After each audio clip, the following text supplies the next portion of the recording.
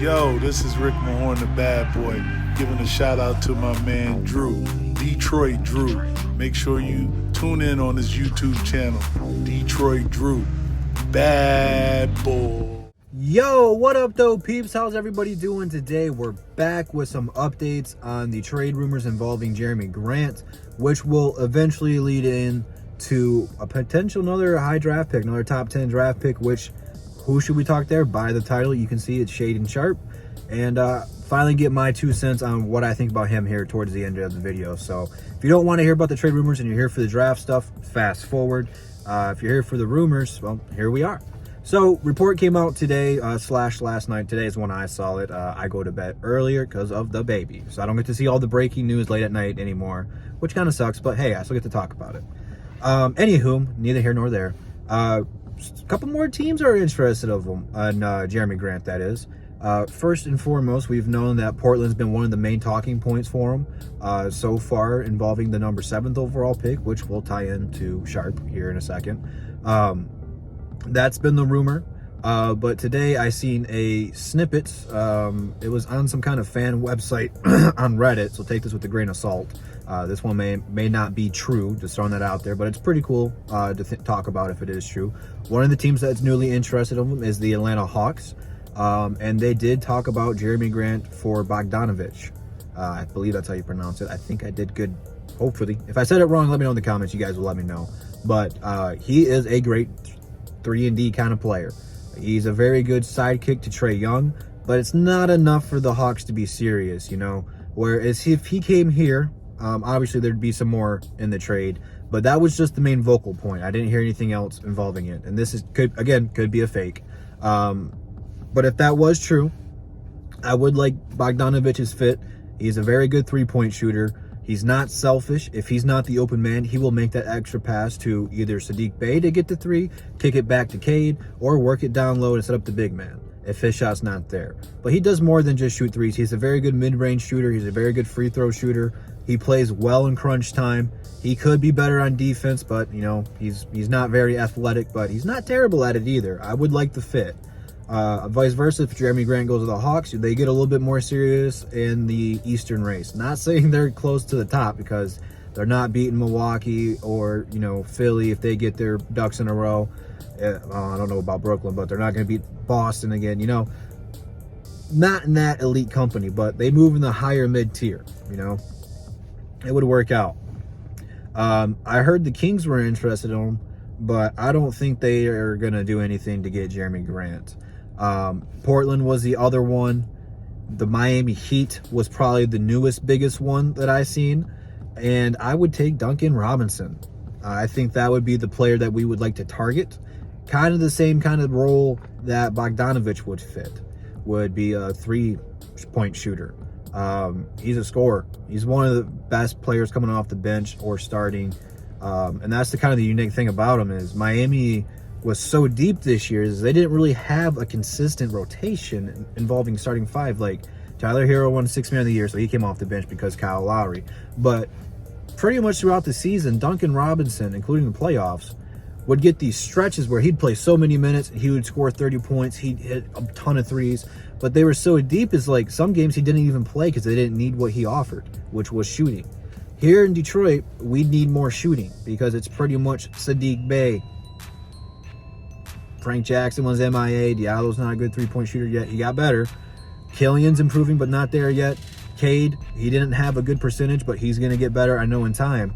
Really, the only good three-point shooter we have efficiently was Saddiq Bey. You get Duncan Robinson here, it takes some of the pressure off, like the Bogdanovich was. The good ball movement continues here. He's not really a good defender, but he's sneaky good. And I know a lot of the former Michigan Wolverines fans that watched him play there will be happy too. So we always like getting the hometown guys back too. But let's go back to that Portland one because it's interesting. It gives me a good transition to talk about Sharpe because I haven't got to talk to him about you guys yet. Very much in detail. I think one of the few above the rims we had where it was just me and Jamal. I think we touched on him, but I don't even think we got that deep into it. I don't know what else Portland would throw in besides the 7th overall pick because, I mean, I'm not saying Jerami Grant's a superstar, but you're going to need something else to fill that void. just a hypothetical, if we don't get someone to replace that spot, that's okay. We can move Sadiq there. We got Stu still. We have cap room and free agency. It's fine. We don't have to fix this all in one trade. It's not a make it, break it kind of trade. You know, if nothing's good, you keep Jerami Grant. It's got to be something good. But let's just say we get the 7th overall pick. As of reports right now, Sacramento Kings are falling in love with Keegan Murray. Hey, I'm not saying he's the next big thing, but he's a solid player, man. I liked what he brought to the table. I'm not saying he moves the needle. I'm not saying he has a high potential, but he's going to be a good piece. The Kings were the only one that I was really scared of taking Ivy, you know, and if they're going to take Murray, let Ivy fall here. But even then, I don't know if this is set in stone, because I think this has a potential to be one of the most unpredictable drafts in quite some time. There might be some shocking names called at some shocking times. I'm very interested in this draft just to see where everyone's going to go, who's going where. But I don't think anyone else is going to take Ivy. I think I'm just really worried about the Kings. And if they're going to take Murray, that means Ivy's going to fall to us. Now, here's where it will get tricky, because I don't think Sharpe's going to be too far behind Ivy if we take him at 5.